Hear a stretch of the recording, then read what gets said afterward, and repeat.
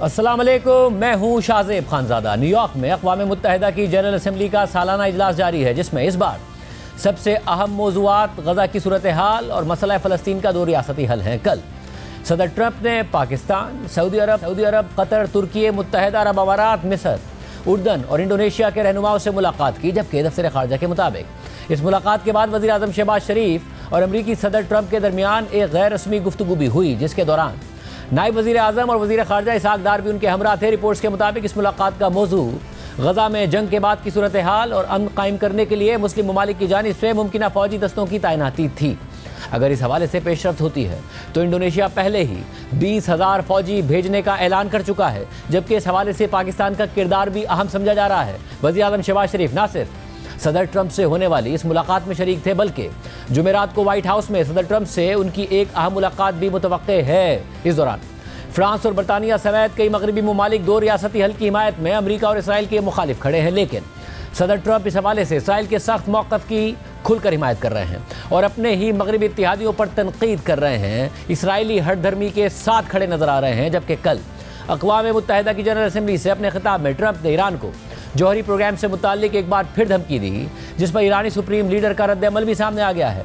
सदर ट्रंप ने अपने खिताब में कहा था कि हमने ईरान की न्यूक्लियर सलाहियतों को बमबारी करके ख़त्म कर दिया है और अब ईरान को कभी भी जौहरी हथियार रखने नहीं दिए जाएंगे। इसके बाद कल एक तकरीब से खिताब करते हुए ईरान के सुप्रीम लीडर आयतुल्लाह ख़ामनेई ने ट्रंप के खिताब पर रद्द-ए-अमल दिया और अमरीका के साथ जौहरी मुज़ाकरात को मुस्तरद करते हुए कि अमरीका ने मुज़ाकरात का नतीजा पहले ही तय कर रखा है। वो सिर्फ उसी सूरत में मुज़ाकरात चाहते हैं कि जब नतीजा ईरान के जौहरी प्रोग्राम और अफजोदगी के खात्मे पर ख़त्म हो। इसका मतलब ये है कि हम अमरीका के साथ मुज़ाकराती मेज़ पर बैठकर वो जो भी मांगें उसे कबूल कर लें। ये अब कोई मुज़ाकरात नहीं रहे, ये एक डिक्टेशन है। अमेरिकाई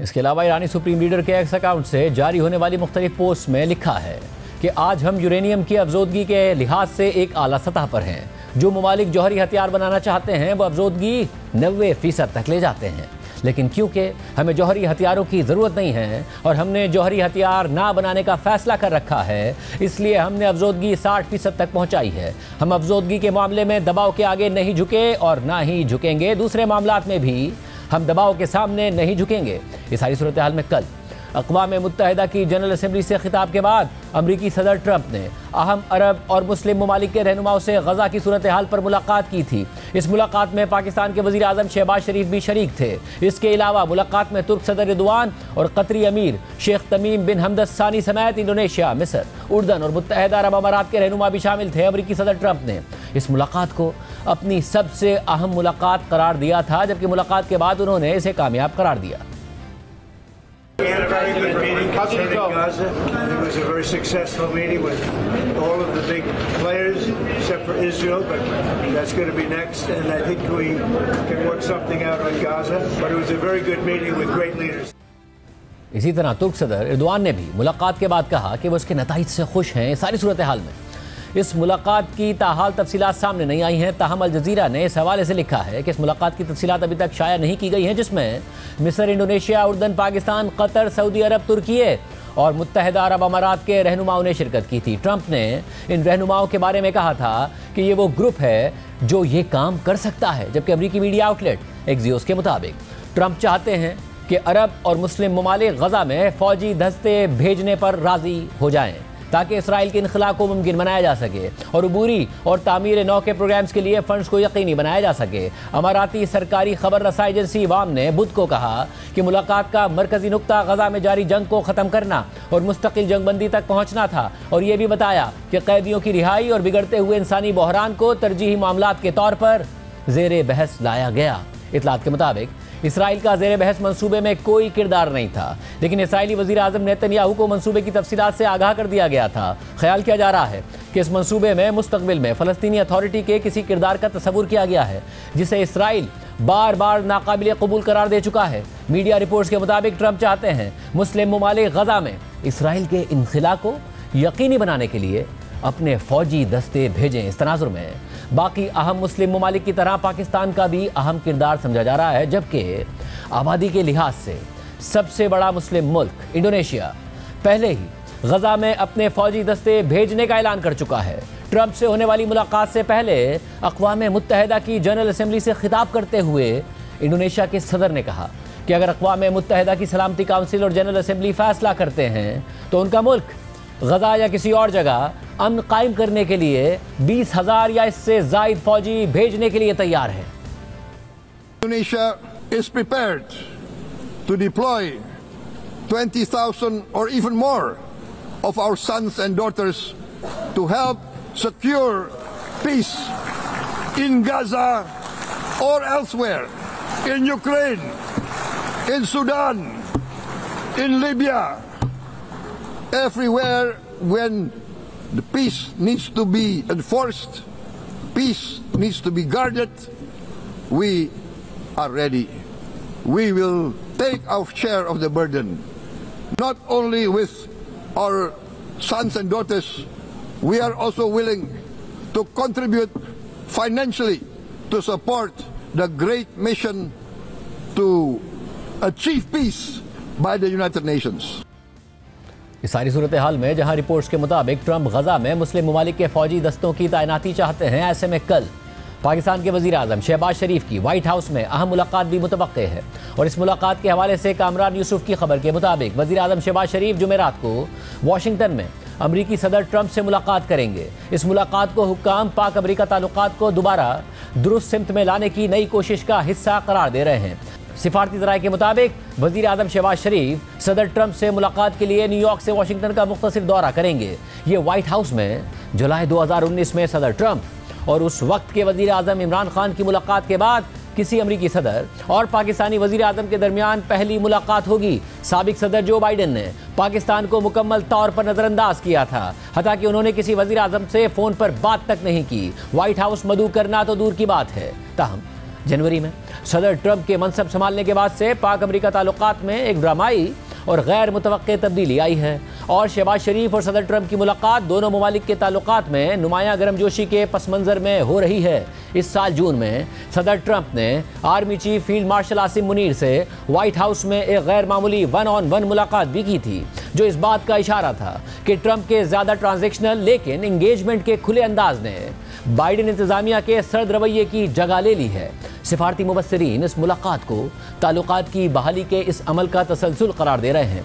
इस अमल से वाकिफ़ एक सीनियर पाकिस्तानी ओहदेदार के मुताबिक जून में आर्मी चीफ की मुलाकात के ऑप्टिक्स बहुत अहम थे। ये मुलाकात उस ओपनिंग को बाज़ाब्ता हैसियत देती है। ट्रंप इंतज़ामिया भारत के साथ अपने ताल्लुकात पर भी दोबारा गौर कर रही है, क्योंकि यूक्रेन जंग के बाद अमेरिका को भारत की तिजारती रुकावटों और रूस की तरफ झुकाव पर बढ़ती हुई मायूसी का सामना है। अमेरिका और भारत के ताल्लुकात में हालिया कशीदगी ने पाकिस्तान के लिए ये मौका पैदा कर दिया है कि वो खुद को एक मुफीद पार्टनर के तौर पर पेश करे, ख़ास तौर पर इलाकाई सलामती और इंसदादी दहशतगर्दी के मामलात में। पाकिस्तान के हुक्काम का मानना है कि मुलाकात में दो तरफा ताल्लुकात, इलाकाई और आलमी मसाइल बशमूल अफगानिस्तान, इंसदादी दहशतगर्दी ताउन और तिजारती मौक़े पर बातचीत होगी। ताहम तज्ज़ियाकार खबरदार करते हैं कि अगरचे ट्रंप इंतज़ामिया पाकिस्तान के साथ रवाबित बढ़ाने में दिलचस्पी रखती है, लेकिन ये बहाली अभी गैर यकीनी है। इसके अलावा जनूबी एशिया उमूर के माहिर अमरीकी तज्ज़ियाकार माइकल कुगलमैन ने इस हवाले से एक्स पर पोस्ट करते हुए लिखा कि पाकिस्तानी वज़ीर आज़म शहबाज शरीफ का कल व्हाइट हाउस का दौरा मुतवक्के है। ये 2019 में इमरान खान की ट्रंप से मुलाकात के बाद किसी भी पाकिस्तानी वज़ीर आज़म का पहला व्हाइट हाउस विजिट होगा। फ़र्क ये है कि इस बार अमेरिका को कम अज़ कम फ़िलहाल ताल्लुकात को आगे बढ़ाने में हकीकी दिलचस्पी है, जबकि पिछली बार मुलाकात ज़्यादातर अफगानिस्तान से इनखला के हवाले से थी। सारी सूरत हाल में अक़वाम मुत्तहिदा की हालिया जनरल असम्बली से एक चीज़ वाज़ेह हो रही है, और वो ये है कि गज़ा में इसराइली जारियत के ख़िलाफ़ अमरीका के अहम मगरबी इत्तेहादी अब खुलकर अमरीका और इसराइल के सामने आ गए हैं। इस हवाले से रॉयटर्स की रिपोर्ट में लिखा है कि गज़ा की जंग पर अमरीका के ख़िलाफ़ बढ़ती हुई बैनुल अक़वामी फ्रस्ट्रेशन इस हफ्ते अक़वाम मुत्तहिदा की जनरल असम्बली में खुलकर सामने आ गई। जहां अमरीकी इत्तेहादियों ने फ़लस्तीनी रियासत को तस्लीम किया, जो सदर ट्रंप की मशरिक़ वस्ता पॉलिसी के लिए एक बड़ा इम्तिहान है। अपने दूसरे दौरे सदारत के आगाज़ में इसराइल और हमास के दरमियान जंग जल्द ख़त्म करने का वादा करने के बाद अब ट्रंप हर गुजरते दिन के साथ सिर्फ एक तमाशाई नज़र आ रहे हैं, क्योंकि इसराइली फ़ौज फ़लस्तीनी इलाके में अपनी जारियत बढ़ा रही है और ट्रंप अमेरिका के करीबी इत्तेहादी यानी इसराइल को काबू में करने से हिचकिचा रहे हैं। इसराइली वज़ीर आज़म नेतन्याहू ने इस माह के शुरू में कतर में हमास के रहनुमाओं पर अचानक हमला करके ट्रंप को हैरान कर दिया था, जिससे ट्रंप इंतजामिया की गजा में जंगबंदी और यरगबालियों की रिहाई के ताज़ा तरीन मंसूबे तकरीबन नाकाम हो गए। इसके बाद इसराइल ने गजा सिटी में ज़मीनी कार्रवाई शुरू कर दी, जिसे अमेरिका ने बगैर किसी एतराज़ के कबूल कर लिया। हालांकि साहिली पट्टी में बढ़ते हुए इंसानी बहरान पर दुनिया भर से मजम्मत हो रही है और फिर ट्रंप की वार्निंग्स को नज़रअंदाज करते हुए बरतानिया, फ्रांस, ऑस्ट्रेलिया और कनाडा समेत अमेरिका के कई इत्तेहादियों ने अक़वाम मुत्तहिदा की जनरल असेंबली के इजलास से पहले और इसके दौरान फ़लस्तीनी रियासत को तस्लीम करने का ऐलान कर दिया, जो एक ड्रामाई सिफारती तब्दीली थी। वाशिंगटन के middle east institute think tank के सीनियर रुकन ब्रायन किटोलस के मुताबिक ट्रंप खित्ते में कोई बड़ी पेशरफ्त या कामयाबी हासिल नहीं कर सके हैं, ख़ास तौर पर इसराइल और फ़लस्तीन के अहम मसले पर। और हकीकत में हालात उस वक्त से बदतर हैं जब वो मनसब पर आए थे। ऐसे में अब जब तकरीबन 2 साल पुरानी जंग के ख़त्म होने के इम्कानात पहले से कहीं ज़्यादा दूर दिखाई देते हैं, तो ट्रंप को नज़रअंदाज किए जाने से उनके बार बार के इस दावे पर शकूक व शुबहात मज़ीद बढ़ गए हैं कि वो एक अजीम पीस मेकर हैं और नोबेल अमन इनाम के मुस्तहिक हैं। फ्रांसीसी सदर मैक्रोन ने मंगल को कहा कि अगर ट्रंप वाकई नोबेल इनाम जीतना चाहते हैं तो उन्हें गजा में जंग ख़त्म करनी होगी। मैक्रोन ने न्यूयॉर्क से एक फ्रांसीसी टीवी को इंटरव्यू में बताया कि एक शख्स है जो इस बारे में कुछ कर सकता है और वो है अमरीकी सदर ट्रंप, और वजह यह है कि वो हमसे ज़्यादा कुछ कर सकते हैं, क्योंकि हम वो हथियार नहीं फराहम करते जो गजा में जंग जारी रखने की इजाज़त देते हैं। रिपोर्ट में मज़ीद लिखा है कि कुछ तज्ज़ियाकारों का मानना है कि नेतन्याहू पर अमेरिका के दबाव का इस्तेमाल करने से ट्रंप की हिचकिचाहट इस बात का एहसास है कि रूस और यूक्रेन की जंग की तरह ये तनाज़ा भी उससे कहीं ज़्यादा पेचीदा और हल ना होने वाला है जितना ट्रंप तस्लीम करते हैं। कुछ तज्ज़ियाकारों के नज़दीक ये एक गैर एलानिया एतराफ़ है कि नेतन्याहू वही करेंगे जो वो अपने और इसराइल के मफाद में समझेंगे, और अमेरिकी सदर ट्रंप के पास इसे बदलने के लिए ज़्यादा कुछ करने का इख्तियार नहीं है। जबकि कुछ का अंदाज़ा है कि ट्रंप मशरिक़ वस्ता से अपनी तवज्जो हटाकर अपने मकामी मसाइल में उलझ गए हैं, जैसा कि क़दामत पसंद कारकुन साथी चार्ली कर्क के हालिया कत्ल, जेफरी एप्स्टीन स्कैंडल के मुसलसल असरात और सदर ट्रंप का डेमोक्रेट्स की क़यादत वाले शहरों में नेशनल गार्ड के दस्ते भेजना, जिन्हें वो जराइम के खिलाफ मुहिम करार देते हैं। अगरचे ट्रंप हालिया दिनों में गजा से मुताल्लिक कम मुतहरिक नजर आ रहे हैं, लेकिन मंगल को उन्होंने अक़वाम मुत्तहिदा के इजलास के मौके पर सऊदी अरब, मुत्तहिदा अरब अमारात, कतर, मिस्र, उर्दन, तुर्की, इंडोनेशिया और पाकिस्तान से मुलाकात की। और एक्सियोस के मुताबिक तवक्को की जा रही थी कि वो गजा में जंग के बाद की हुक्मरानी के लिए अमरीकी तजावीज़ पेश करेंगे, जिनमें हमास को शामिल न किया जाए, और अरब मुस्लिम ममालिक पर जोर देंगे कि वो सिक्योरिटी फराहम करने में मदद के लिए फ़ौजी दस्ते भेजने पर आमादा हो जाएं। अगरचे ट्रंप ने बाज़ मौक़े पर नेतन्याहू के जंग को संभालने के तरीक़े पर बेसब्री ज़ाहिर की है, लेकिन उन्होंने मंगल को अपनी अक़वाम मुत्तहिदा की तकरीर में वाज़ेह कर दिया कि वो इसराइल के लिए अपनी मजबूत हिमायत से पीछे हटने या दीगर ममालिक के फ़लस्तीनी रियासत को तस्लीम करने के फ़ैसले से मुतासिर होने के लिए तैयार नहीं हैं। ट्रंप ने कहा कि ऐसे ऐलानात सिर्फ तनाज़े को मज़ीद बढ़ाते हैं, क्योंकि हमास को उन खौफनाक मज़ालिम पर इनाम देने के मुतरादिफ हैं, जबकि फ्रांस, बरतानिया, कनाडा, ऑस्ट्रेलिया और दीगर ने इस बात पर जोर दिया है कि फ़लस्तीनी रियासत को तस्लीम करना इसराइल और फ़लस्तीन के दरमियान तवील तराजे के 2 रियासती हल के इम्कानात को महफूज रखने और गजा की जंग ख़त्म करने में मददगार होगा। अगरचे अक़वाम मुत्तहिदा के इजलास में तकरीर करने वाले रहनुमाओं ने ट्रंप को बराह रास्त उनके मौक़िफ़ पर तनक़ीद का निशाना नहीं बनाया, लेकिन कुछ तज्ज़ियाकारों ने अमरीकी सदर के लिए एक वाज़ेह पैगाम देखा।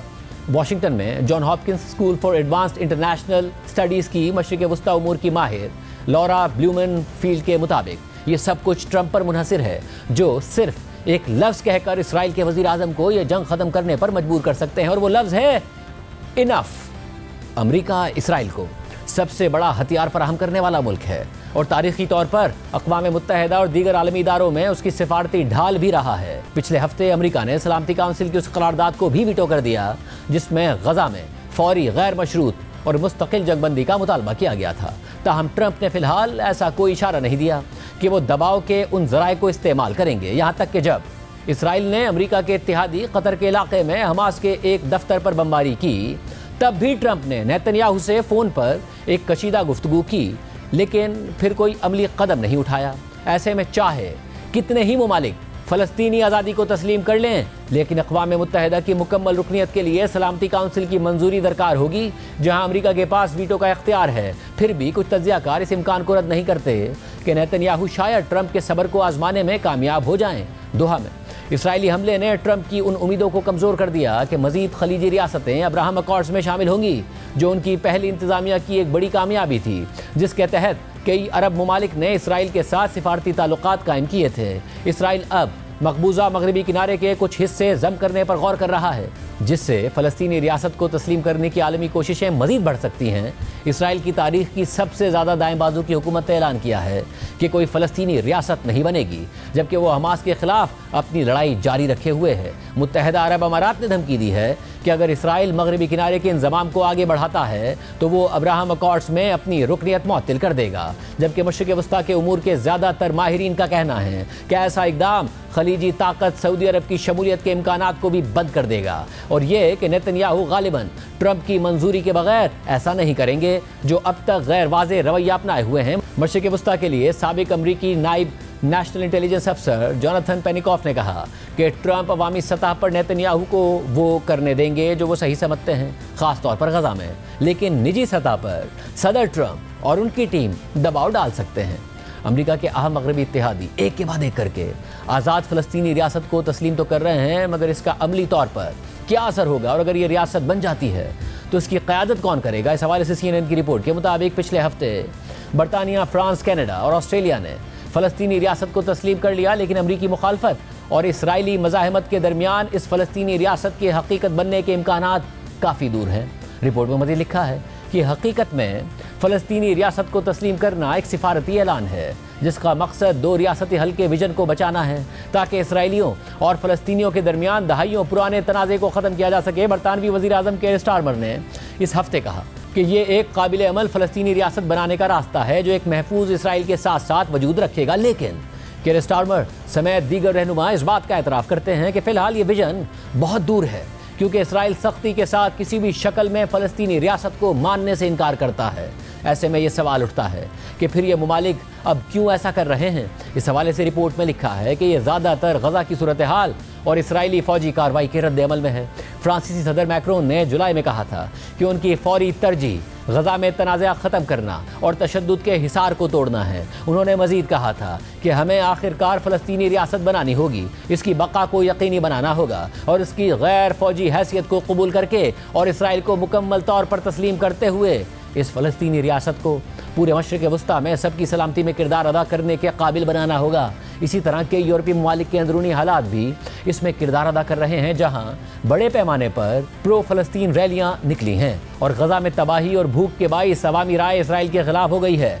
इनमें से कई ममालिक में बड़ी मुस्लिम आबादी भी मौजूद है। अमरीकी वज़ीर ख़ारजा मार्को रूबियो ने मंगल को कहा कि फ़लस्तीनी रियासत को तस्लीम करना दरअसल उन ममालिक का अपने अंदरूनी सियासत पर रद्द अमल है, जबकि इस मामले पर इसराइली मौक़िफ़ को दोहराते हुए ट्रंप इंतज़ामिया का कहना है कि फ़लस्तीनी रियासत को तस्लीम करना दरअसल दहशतगर्दी को इनाम देने के मुतरादिफ है। और कल अक़वाम मुत्तहिदा की जनरल असम्बली के इजलास से खिताब करते हुए अमरीकी सदर ट्रंप ने खुद भी इसी मौक़िफ़ को दोहराया था। इसके अलावा यूरोपीय हुकूमतों और दीगर का कहना है कि फ़लस्तीनी रियासत को तस्लीम करना एक तवील मुद्दती अमल का हिस्सा है, जिसमें फ़लस्तीनी अथॉरिटी की इस्लाहात और गज़ा में जंगबंदी के 1 साल के अंदर नए इंतख़ाबात शामिल होंगे। अहम बात यह है कि इस फ़लस्तीनी रियासत की क़यादत कौन करेगा? इस हवाले से CNN की रिपोर्ट में लिखा है कि यह बात बहुत से नामालूम पहलुओं में से एक है। मौजूदा फ़लस्तीनी अथॉरिटी के सदर महमूद अब्बास 89 साल के हो चुके हैं। अप्रैल में उन्होंने अपने करीबी साथी हुसैन शेख को अपना नाइब और मुमकिना जानशी नामजद किया था, जो कि पहली बार था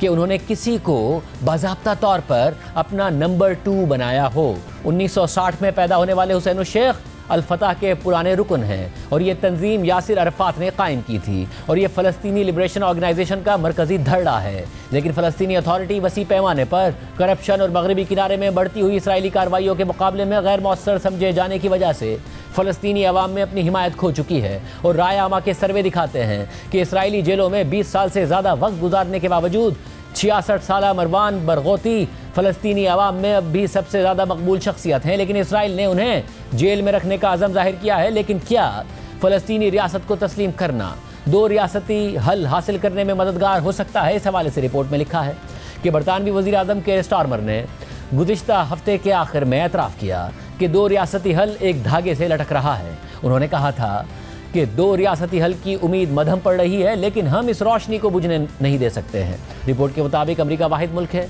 जो इसराइल को अपना मौक़िफ़ बदलने पर मजबूर कर सकता है, लेकिन इस बात के कोई आसार नहीं हैं कि वो ऐसा करने का इरादा रखता है। गज़ा के बड़े हिस्से पर इसराइली कब्ज़ा और मगरबी किनारे के हिस्सों को जम करके अपनी खुद मुख्तारी बढ़ाने के मंसूबों पर बातचीत का मतलब यह है कि ज़मीनी हक़ाइक़ 2 रियासती हल को और भी ज़्यादा दूर कर रहे हैं। इन मंसूबों को इसराइल की हुकूमत में शामिल दाएं बाजू के इंतहा पसंद गुजरा सख्ती से आगे बढ़ा रहे हैं। हालांकि तकरीबन 160 ममालिक एक आज़ाद फ़लस्तीन के क़याम की हिमायत कर रहे हैं। प्रोग्राम में एक ब्रेक शामिल करते हैं, एक अहम खबर है, उसकी तफसीलात आप शामिल करेंगे ब्रेक के बाद।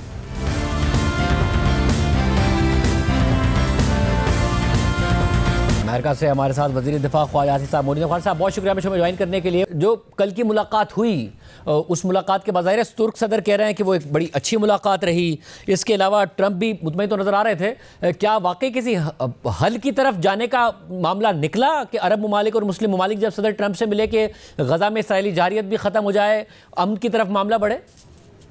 ये इस किस्म की वहाँ पे बातें हुई हैं और उसके बाद प्रेसिडेंट ट्रंप की जो बयान आया है वो हौसला अफजा है कि उन्होंने अप्रिशिएट किया है, जो भी गुफ्तगू जो है उसमें हुई है उसको अप्रिशिएट किया है। मुस्लिम ममालिक ने मिल के कोई सलूशन देने की कोशिश की है। मैं उसकी तफसील में नहीं जाना चाहता क्योंकि मामला अभी कच्चा है, तो मैं कोई ऐसी बात कर दूंगा तो उससे कोई नेगेटिव या पॉजिटिव दोनों असलात हो सकते हैं। तो लेकिन एक कोई मैं समझता हूँ एक सिलसिला जो है ना बीज ज़रूर बोया गया है। लेट्स सी को उसमें उसका कोई सामने रिजल्ट जो है वो 2, 4, 5, 10 दिन में आ जाए, क्योंकि मेरी इत्तला जो है कि प्रेसिडेंट ट्रंप पॉजिटिवली रिस्पॉन्ड किया उस चीज़ को उन्होंने। और दूसरा ये है मेरी जो इम्प्रेशन जो है कि जिस तरह वेस्टर्न वर्ल्ड जो है एक तो उनकी स्ट्रीट्स में जिस तरह लाखों मिलियंस की तादाद में लोग बाहर आ रहे हैं, सेंटिमेंट जो है वो इजराइल के खिलाफ 65-70% जो है एवरेज सेंटिमेंट जा रहा है। बल्कि इटालियन गवर्नमेंट ने रेजिस्ट करने की कोशिश की है, वहाँ पे सारी दुनिया बाहर निकली है और वायलेंस वहाँ पे हुआ है गवर्नमेंट के खिलाफ जो है। तो ये भी एक प्रेशर है जो क्रिएट हो रहा है वेस्टर्न वर्ल्ड के ऊपर कि वो इजराइल को लगामे डालें और उसकी जो मुंहजोरी जो है वो बंद करें। इजराइल के अंदर से भी आवाज़ें उठ रही हैं कि ये this is unacceptable, you know. बहरहाल एक इस वक्त जो एक नेतन्याहू का जो एक रोल जो है वो हिस्ट्री में जो है एक बड़ी मैं समझता हूँ तारीख किस्म का रोल जो है उसका है और अभी भी जारी है और जो है उसको हिटलर से इक्वेट करेंगे लोग जो है इसका। और ख्वाजा साहब, इस सारी सूरत हाल में ज़रा वो दावे अब बड़े बड़े कर रहे हैं या कम से कम पोस्चरिंग कर रहे हैं कि मैं वेस्ट बैंक में भी हम आगे बढ़ेंगे, और वो अपने मगरबी इत्यादियों पर भी तनकीद कर रहे हैं जो कि फ़लस्तीन को बतौर रियासत रिकॉग्नाइज कर रहे हैं, चाहे वो फ्रांस हो, चाहे ऑस्ट्रेलिया हो, चाहे बरतानिया हो। ऐसे में जो भी मुलाकात हुई जिसकी आप कह रहे हैं कि ज़्यादा तफसीलात में नहीं जा सकते, वो कम से कम इस जानिब एक कदम है कि जो अज़ाइम हैं जिनका इजहार कर रहे हैं नेतन्याहू, कम से कम उनको रोका जा सके, क्योंकि पब्लिकली तो सदर ट्रंप इसराइल के साथ खड़े नजर आते हैं। नहीं, बिल्कुल उसमें कोई शक नहीं है। वो पब्लिकली बीच में थोड़ी सी स्टेटमेंट आ जाती है जिसमें जाहिर होता है कि वो भी चाहते हैं कि वो इसका कुछ सोल्यूशन निकले, लेकिन जो इस वक्त पब्लिक स्टैंड जो है अमेरिका का वो डेफिनेटली प्रो इजराइल है, इसमें कोई शक नहीं है।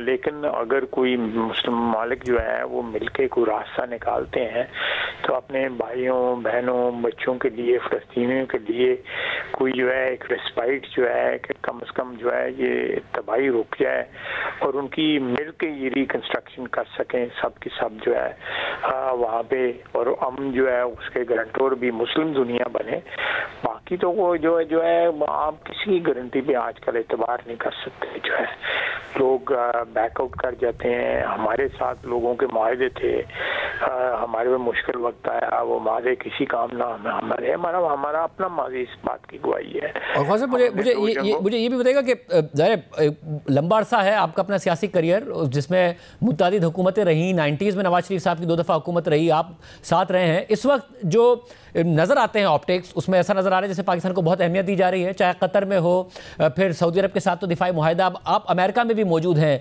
क्या अहमियत वाकई जो ऑप्टिक्स नज़र आ रहे हैं उसी तरीके से प्रैक्टिकली मीटिंग्स में भी पाकिस्तान को बहुत ज़्यादा दी जा रही है? बिल्कुल, बहुत ऑप्टिक्स जो है ना, ये सिर्फ ऑप्टिक्स नहीं है, इसमें सब्सटेंस भी है। शाहजेब में हमारे आगे डेलीगेशन जो है ना, कल जब प्रेसिडेंट ट्रंप की तकरीर हो रही थी, हमारे बिल्कुल आगे जो है ना मार्कस रूबियो या जो भी उसका नाम है, और साथ उसके दूसरे भी इम्पोर्टेंट लोग थे, वो डेलीगेशन बिल्कुल आगे बैठी हुई थी। वो हमें बड़ी गर्मजोशी से मिले हैं। और वैसे भी जनरली जो है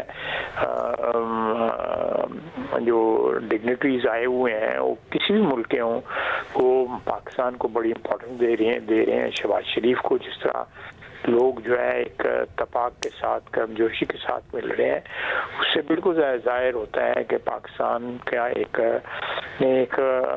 अल्हम्दुलिल्लाह जो है एक नया मकाम जो है अपने लिए सिक्योर किया है बैनुल-अक़वामी बरादरी में। इसमें अल्लाह ताला की रहमतें हैं, उसकी जो है मदद शामिल है।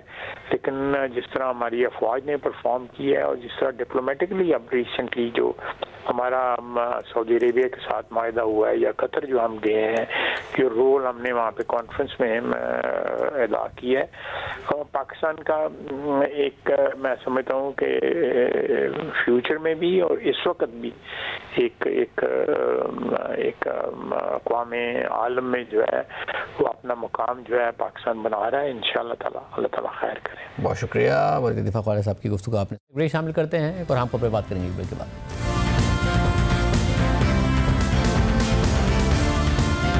दोबारा खुशामदीद नाजरीन। बांग्लादेश और इंडिया का मैच जारी है। कल बांग्लादेश ने पाकिस्तान से मैच खेलना है और इस वक्त मैच बहुत टाइट हो गया है। जो सैफ हैं उनके ओपनर वो इस वक्त भी इस क्रीज पर मौजूद हैं, उन्हें चांस भी मिला है।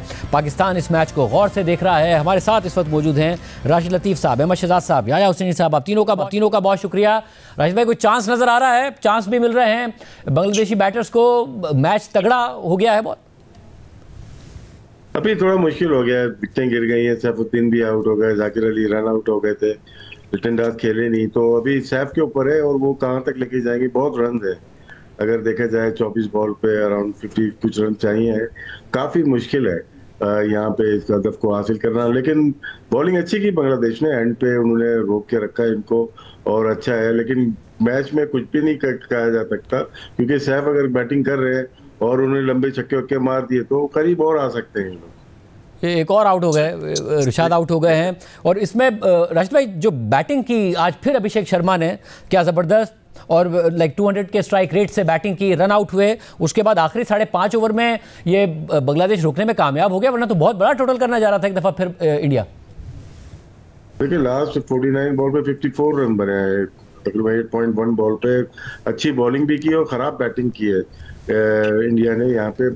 और अभिषेक शर्मा मेरे ख्याल से लग रहा है कि ये वर्सेस जिसके खिलाफ भी खेल रहे हैं वही रन कर रहे हैं पावर प्ले में।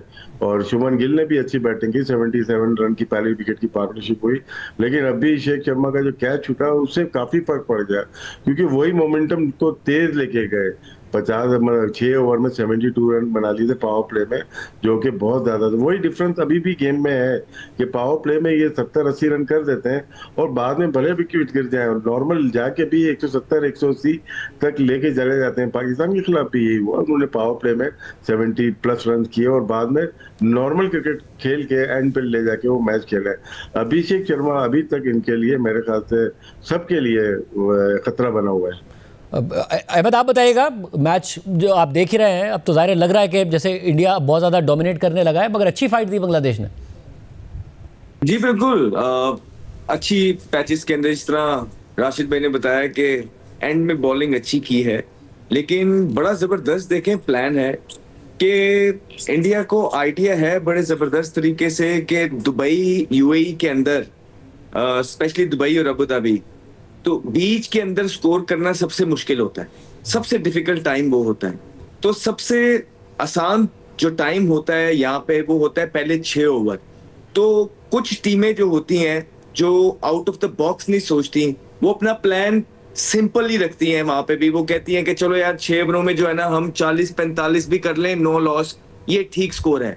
लेकिन वो ये भूल जाती हैं कि जो मर्जी कर लें आप, बीच के अंदर जब आप चांस लेने जाएंगे तो आपके बल्लेबाज आउट होंगे, तो फिर आपने रुकना वही 150 पे ही है, 155, बहुत भी आप चले गए 160। तो जो अच्छी टीमें होती हैं वो ये कहती हैं कि यार ओके, हम फायर यूज करेंगे पावर प्ले के अंदर, क्योंकि 2 फील्डर बाहर होते हैं, बॉल नया होता है, बल्ले पे अच्छा हो रहा होता है, हमारे पास प्लेयर मौजूद हैं, अगर हमारे 3 आउट भी हो गए, लेकिन हमने यही कोशिश करनी है कि पहले 6 ओवरों के अंदर हम 60, 65, 70 जितना कर सकते हैं कर लें, ताकि मिडल के अंदर हमें ज्यादा रिस्क लेने ना पड़े। तो इस स्ट्रेटजी से जो है वो इस एशिया कप में आगे बढ़ रहे हैं, विच इज अमेजिंग, बिकॉज ये देखना पड़ेगा कि सिंगल ना 3 आउट होने के बाद भी जो बैट्समैन होते हैं ना, जो इंटरनेशनल लेवल पे रिप्रेजेंट कर रहे होते हैं, उनके लिए T20 में सिंगल लेना कोई मुश्किल बात नहीं होती है। हाँ, कभी कभी हमारे बल्लेबाजों के लिए सिंगल लेना भी मुश्किल हो जाता है T20 के अंदर, लेकिन वो कहते हैं सिंगल लेना बहुत आसान है, और सिंगल हमारे लेते लेते अगर मैच को लंबा भी करना हुआ, हमारे ऊपर से आउट भी हो गए, तो हमारे ये बीच वाले 2-3 प्लेयर जो हैं इस केपेबल हैं कि मैच को 17वें ओवर तक ले जाएंगे, एंड देन जो है ना डेप्थ में जाके वो अटैक करेंगे। लेकिन हमारे यहाँ थोड़ा सा इस टीम के जो यंगस्टर्स हैं या इससे पहले भी खेल रहे थे, ये काम मुश्किल लगता था। होपफुली इंशाल्लाह ये सारे छोटे छोटे डायनामिक्स को पाकिस्तान भी समझे और इन चीजों पे आगे काम करें जो कि वाकई होने वाले हैं। अदरवाइज हम कैलिबर और लेवल तो देख ही रहे हैं चीजों का, लेकिन क्या मजा है कि अगर एक दफा फिर पाकिस्तान और भारत का फाइनल में मुकाबला, और इस दफा इंशाल्लाह पाकिस्तान को विक्ट्री हासिल। मैं फाइनल पर आने से पहले कल के मैच पर भी बात करूंगा, बट याया आप ज़ाहिर बहुत एक तो वैसे ही वहाँ गर्मी है, ऊपर से पाकिस्तान भारत के मैच में भी गर्मी है, ऑफ द फील्ड भी आप जो तमाशाई हैं उनसे जब आप बात करते हैं तो नज़र आता है कि तमाशाइयों के दरमियान इतना कोई नफरत नहीं है, बल्कि अच्छे ही तासुरात वो दे रहे होते हैं बामुकाबला इसके कि जो ऑन फील्ड नज़र आ रहा है। पाकिस्तानी टीम भी आज के मैच को गौर से देख रही है। शाहजेद साहब, पाकिस्तान की टीम की हिकमत अमली बहुत सिंपल है। जहां तक आपने इंडियन टीम की बात की, सूर्या कुमार यादव ने बयान ज़रूर दिया, हाथ नहीं मिलाया, लेकिन अगर आप मुझसे पूछें, मैंने जितना इंडियन प्लेयर्स को प्रैक्टिस में देखा है, वो पाकिस्तानी फैंस के साथ तस्वीर भी बनवाते हैं। They are really very good people और बहुत अच्छे क्रिकेटर हैं, बहुत अच्छे ह्यूमन बीइंग हैं। खासतौर पर सूर्या कुमार यादव का जो सेंस ऑफ ह्यूमर है बहुत अच्छा है। लेकिन जो उनके ड्रेसिंग रूम में बैठे हुए हैं गौतम गंभीर, वो भारतीय जनता पार्टी को रिप्रेजेंट करते हैं और वो ये भूल गए हैं कि वो क्रिकेट टीम के कोच हैं। इस वजह से आपको ये चीज दिखाई दे रही है। अब पाकिस्तान टीम की हिकमत अमली की बात कर रही है, तो पाकिस्तान टीम के लिए बहुत सिंपल फॉर्मूला है, आगे कुआं है और पीछे खाई है। और लोग बात कर रहे थे कि रन रेट देखा जाएगा, ये होगा वो होगा। मैं वेरी फर्स्ट डे से कह रहा था सिंपल फॉर्मूला, पाकिस्तान का श्रीलंका से मैच क्वार्टर फाइनल, बांग्लादेश से मैच सेमीफाइनल। आज सरप्राइजिंगली बांग्लादेश ने 3 चेंजेस की। उन्होंने अपने कप्तान लुट्टन दास को बाहर बिठा दिया, उन्होंने सबसे अपने मेन बॉलर तास्किन को बाहर बिठाया, शरफुल इस्लाम को उन्होंने बाहर बिठाया। चलो उन्होंने तो 45 रन दिए थे, लेकिन उसकी एक बुनियादी वजह है जो उनके ड्रेसिंग रूम में कोच फिल सिमंस हैं, उनको इस बात का अंदाजा है कि उनकी team back to back match खेल रही है। लेकिन पाकिस्तान टीम इस चीज को जरूर देखेगी कि आज उन्होंने अपने 3 इंक्लूडिंग कैप्टन समेत मेन प्लेयर्स को बाहर बिठाया, लेकिन मुकाबला उन्होंने अच्छा किया। आज अगर आप इंडियन टीम की बात करते हैं कि इंडियन टीम ने क्यों स्ट्रगल किया है, कितनी अच्छी ओपनिंग शराकत की बात, तो सूर्या कुमार यादव को इस बात का थोड़ा सा कंसर्न है कि उनका टॉप ऑर्डर तो रन कर रहा है, लेकिन उनका मिडिल ऑर्डर जो है अब तक उसको बल्लेबाजी नहीं मिली है। इसलिए आज उन्होंने जो है तिलक वर्मा को भी नीचे किया, शिवम दुबे को उन्होंने टॉप ऑर्डर में बैटिंग करने के लिए भेजा। ये इंडिया टीम के लिए एक बड़ा सीरियस कंसर्न है। जहां तक पाकिस्तान टीम की बात है, पाकिस्तान टीम बहुत पम्प्ड अप है और पाकिस्तान टीम उसी कॉम्बिनेशन के साथ मैदान में उतरेगी। अभी तक मैं सुन रहा था कि पाकिस्तान टीम के खिलाड़ियों को वाज़ेह तौर पर कह दिया गया है कि गो एंड किल वाली पॉलिसी के साथ आपने खेलना है। मैंने देखा कि साइम अयूब जब प्रेस कॉन्फ्रेंस आए थे, उन्होंने भी सिंपल यही फॉर्मूला बताया कि जी हमारे पर कोई प्रेशर नहीं है, मुझसे रन नहीं हो रहे, मैनेजमेंट ने मुझे कहा है कि ठीक है भाई, हर मैच हर प्लेयर नहीं जिताएगा। कल जब हुसैन तलत आए, हुसैन तलत ने भी यही बात की कि जब मैं बैटिंग कर रहा था, मैंने उनसे पूछा आप क्या सोच रहे थे, 80 for 5 हो गए थे। उन्होंने कहा सिंपल फॉर्मूला था, नवाज आया, मैंने उसको कहा कि तुम मार रहे हो या मैं मारूं, तो नवाज ने कहा पहले मैं मारता हूं। तो ये जो टीम की अप्रोच है और जो सबसे इंपॉर्टेंट इस चीज की बात है इस टीम की कि ये टीम जब जीतती है तो टीम जीतती है, किसी इंडिविजुअल का नाम नहीं आता। और राजेश भाई, अब ये जो बांग्लादेश जिस तरह खेल रहा है, ज़ाहिर है उन्होंने श्रीलंका को हराया, उसके बाद आज भी अब तो लग रहा है कि भारत जीत जाएगा। 17 बॉल्स पर 53 रन चाहिए। बुमराह ने आज अच्छा परफॉर्म किया है फाइनली। आपको लग रहा है कि कल का मैच बड़ा टफ है पाकिस्तान के लिए? जी, जिस तरह ये ने कहा, सेमीफाइनल है पाकिस्तान का और यहाँ से जीतते हैं और बड़ा मैच है, फिर फाइनल है, वो भी भारत से ही लग रहा है और मुमकिन है कि हम कल का मैच जीतते हैं। और टीम बांग्लादेश की अच्छी टीम थी, लग रही है, क्योंकि बैटिंग भी इनकी करेक्ट बैटिंग टेक्निक के साथ ये लोग खेलते हैं। बॉलिंग में थोड़ा इशू है पेसर्स का, हालांकि इनके पास अच्छे पेसर्स थे, लेकिन आज के मैच के बाद लगता है कि पावर प्ले में बहुत अच्छी बॉलिंग नहीं कर रहे। तस्कीन नहीं खेले आज, अशरफुल नहीं खेले, और एक और प्लेयर थे इनके, लितन दास, उनको साइड स्ट्रेन है जिसकी वजह से उनको आज नहीं खिलाया गया। वो बहुत अच्छी फॉर्म में थे, इससे पहले 4-5 मैच खेले थे, उन्होंने 350 किए हुए थे, वो साइड स्ट्रेन हो गया उनको, लेकिन फिर भी उनकी टीम बहुत बैलेंस लग रही है। पाकिस्तान की टीम लास्ट मैच जीतने के बाद मेरे ख्याल से काफी पूरी उम्मीद है कि कल का मैच अच्छे मार्जिन पे जीते हैं। अब तो नेट रन रेट का है नहीं, अगर बांग्लादेश आज जीत जाता तो नेट रन रेट का कुछ ना कुछ हिस्सा होता, लेकिन आज जिस तरह से इंडिया ने इसमें बॉलिंग में कमबैक किया है, स्पिनर्स ने स्पेशली आउटस्टैंडिंग, कुलदीप यादव ने जो बॉलिंग की है बहुत अच्छी है। पाकिस्तान के बहुत अच्छे चांसेस हैं फाइनल खेलने के लिए, और 2-0 हम हारे हुए इंडिया से, और बहुत अच्छा मौका मिला है पाकिस्तान को एशिया कप जीतने का, भारत को वहां पे हरा के टाइटल हासिल करें। अहमद, आपको लग रहा है कि जो इस वक्त बांग्लादेश की परफॉर्मेंस है उसके बाद कोई तब्दीलियां करनी चाहिए पाकिस्तान को? किस तरीके की अप्रोच बदलनी चाहिए? कल का मैच जो है बहुत अहम मैच है, जो जीतेगा वो फाइनल खेलेगा भारत के साथ अभी, क्योंकि अब लग रहा है कि बांग्लादेश हार जाएगा। नहीं शाजिब भाई, बहुत ज्यादा तब्दीलियां, चेंजिंग्स वहां होती हैं जहां पे बहुत ज्यादा ऑप्शंस मौजूद हों। पाकिस्तान के पास तो ऑलरेडी लिमिटेड ऑप्शंस रहे हैं बड़े अरसे से पीछे, आप देखेंगे। यही तो वजह है कि प्लेयर्स को इतना लंबा रन मिलता है। कोई भी लाइक बड़ी जबरदस्त बात है, मैं भी I am all for it कि जब कोई नया प्लेयर आए परफॉर्मेंस करके उसको पूरा चांस देना चाहिए, लेकिन उसकी भी कोई लिमिट होती है। हमारे यहाँ सारी लिमिट्स क्रॉस हो जाती हैं, वो इसीलिए क्योंकि टैलेंट की उस तरह भरपार नहीं लगी हुई। हमारे पास लिमिटेड ऑप्शंस हैं जिसको हमने यूटिलाइज करना है और बनाना है। तो मेरे ख्याल से अपनी स्ट्रेंथ पे जाना चाहिए शाजिब भाई।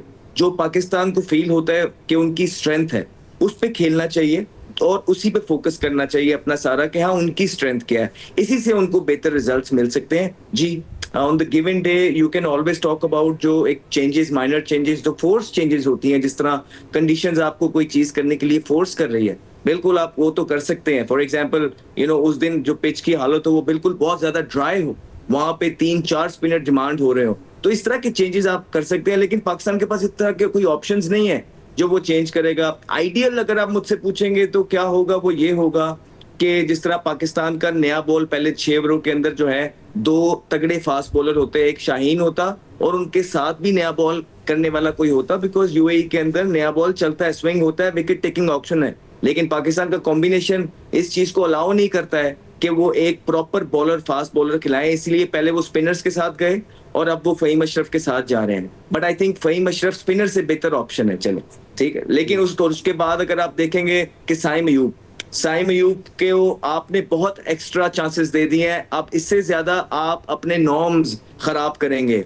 किसी एक लड़के को अगर आप हद से ज्यादा खिला देंगे, एक उस लड़के के साथ भी ज्यादती है, बिकॉज जितना मर्जी वो बता दें कि मेरे पास कोई प्रेशर नहीं है, we know, we played that cricket, हमें पता है कि हर 3 से 4 इनिंगों के बाद प्रेशर के आलम क्या होते हैं, और स्पेशली उस मुल्क में जहां क्रिकेट को पैशनेटली प्यार किया जाए। सो डेफिनेटली उन पे बहुत ज्यादा प्रेशर है और इतने प्रेशर के अंदर परफॉर्मेंस करना बहुत मुश्किल हो जाता है। इट्स बेटर कि आपको जो चेंजेस है वो कर ली जाए, मोहम्मद हारिस को ऊपर ले आया जाए उनकी जगह पे, साइम की जगह पे, और मोहम्मद हसन नवाज को अंदर ले आया जाए टीम के अंदर। इससे आपका जो मिडिल ऑर्डर है वो भी स्ट्रांग होगा, बिकॉज भारत के अगेंस्ट आपने देखा कि हम मिडिल में स्ट्रगल किए। सो आई थिंक यही 2 चेंजेस बनते हैं, इसके अलावा पाकिस्तान को कोई चेंजेस नहीं, और अपनी स्ट्रेंथ पे फोकस करें और अपनी एबिलिटीज पे खेलें। जो आपने कहा कि प्लेयर्स कह रहे हैं कि फ्री हैंड दिया हुआ है, उन्होंने प्रेस कॉन्फ्रेंस में भी ये बात की। कल के मैच को लेकर क्या अंदर की खबर है? क्या कोई तब्दीलियां या कोई स्ट्रैटेजी में तब्दीली पाकिस्तान करेगा? पाकिस्तान करीब से देख रहा है कि बांग्लादेश ज़ाहिर अच्छा परफॉर्म कर रहा है। मैंने जिस तरह आपको पहले भी कहा, बहुत सिंपल फॉर्मूला है। अब ये तय हो चुका है कि अगर हम फाइनल में पहुंचे तो इसी कॉम्बिनेशन के साथ जाएंगे, कोई छेड़छाड़ नहीं होगी। और साइम अयूब के साथ टीम मैनेजमेंट बहुत ज़्यादा कंफर्टेबल है और साइम अयूब को वो नहीं, उनको नंबर 3 पर ही रखा जाएगा। हारिस के ऊपर भी बड़ी तनकीद हुई है। मैं सिर्फ यहाँ पर ये कहना चाहता हूँ कि हम बात करते हैं जिन लोगों को आपने 10 साल दिए है, शाजिब खानजादा साहब, ये तो टीम 3 महीने से खेल रही है और 3 महीने में इस टीम ने 19 T20 मैच खेले हैं, 13 जीते हैं। और आप देखिए कि पिछले मैच में शाहीन शाह अफरीदी के ऊपर तनकीद हो रही थी, उन्होंने कल आपको 3 विकेटें लेकर दी। पिछले मैच में बात हो रही थी कि हुसैन तलत की टीम में जगह नहीं बनती, वो प्लेयर ऑफ द मैच बन गए। हम खुद तनकीद कर रहे थे मोहम्मद नवाज के ऊपर, आप देखिए उन्होंने किस तरह चिप इन किया। तो माइक हेसन को क्रेडिट देना पड़ेगा, कप्तान को आपको क्रेडिट देना पड़ेगा। कप्तान के ऊपर बड़ी तनकीद हो रही है, लेकिन माजी में ऐसा ही जीता है पाकिस्तान, चाहे 92 वर्ल्ड कप हो, चाहे 2009 हो, चाहे 2017 हो। टीम का कुछ नहीं पता था, कोई कॉम्बिनेशन नहीं था, लेकिन जब ये टीम चलती है ना तो फिर ये आसमान की बुलंदियों को छूती है। और इस टीम को भी मैं 2009 और 2017 के साथ मिला रहा हूं। और वो कप्तान यूनुस खान थे, सरफराज थे, और इस बार मैं देख रहा हूं कि उनकी सफ में जो है वो सलमान अली आगा खड़े होने जा रहे हैं, क्योंकि मुझे इस टीम पर बड़ा भरोसा है, क्योंकि मैं इस टीम की प्रैक्टिस देखता हूं। और ख़ास तौर पर इंडिया के मैच में हम हारे दूसरे मैच में, लेकिन जो लड़कों की बॉडी लैंग्वेज थी, और इस वक्त मैं जो ड्रेसिंग रूम का माहौल देख रहा हूँ, मेरी जितने लड़कों से बात हुई है उनका सिर्फ एक ही जवाब है। कल शाहीन शाह अफरीदी भी प्रेस कॉन्फ्रेंस में आए थे, उन्होंने तो ये तक कह दिया कि हम यहाँ यूएई में एशिया कप उठाने आए हैं, हारने नहीं आए हैं। तो मेरा ख्याल है इससे ज़्यादा पाकिस्तान टीम पुरजोश हो नहीं सकती। और पाकिस्तान टीम ने एक टूर्नामेंट खेला है, वो जीती है। सलमान अली आगा की क़यादत में पाकिस्तान टीम ने 3 महीने में 3 सीरीज में 2 जीती हैं। तो आई थिंक इस टीम को मौका दीजिए, ये टीम बहुत अच्छा मैसेज देगी। और राज भाई, आपकी क्या एडवाइस होगी? नहीं, बिल्कुल ज़्यादा चेंजेस करनी चाहिए। अगर बांग्लादेश सुफियान मुकीम को एक ऑप्शनल रखना चाहिए, क्योंकि बॉलिंग में अगर कोई प्रॉब्लम हुई, रीड अगर नहीं हुआ इनको स्पिनर्स, तो बहुत काफ़ी कारामद हो सकता है। जिस तरह कुलदीप यादव ने आज गेम को काफ़ी हद तक कंट्रोल में रखा, अपनी जब भी वो आए उन्होंने विकेट ली। तो एक ऐसा ऑप्शन होना चाहिए बॉलिंग में सुफियान मुकीम की सूरत में, जो कि बॉलिंग कर सके बीच में। और भाई मैं यहाँ पे एक चीज ऐड करना चाहूंगा जी कि माइक हेसन बोल रहे हैं, मैनेजमेंट बोल रही है कि वो बड़ा कंफर्टेबल है साइम अयूब से। इट डजंट रियली मैटर कि वो कितना कंफर्टेबल है साइम अयूब से, रिक्वायरमेंट किस चीज की है, दैट्स व्हाट मैटर्स। पाकिस्तान को किस चीज की जरूरत है, दैट्स व्हाट मैटर्स। और नीड ऑफ द आवर क्या है, उनकी करंट फॉर्म है क्या। हम बिल्कुल नहीं कह रहे कि इस टीम को जो है ना आप निकाल दें, नहीं, हम तो खुद कहते हैं कि इसको कम से कम 4 इवेंट मिलने चाहिए। अगर पुरानों को 9 मिले हैं तो इन्हें 4 मिले, लेकिन जो साथ साथ बेहतरी के लिए माइनर चेंजेस की जरूरत है जीतने के लिए, वो आपने करने हैं। विच इज कि आप हसन नवाज को बाहर नहीं बिठा सकते।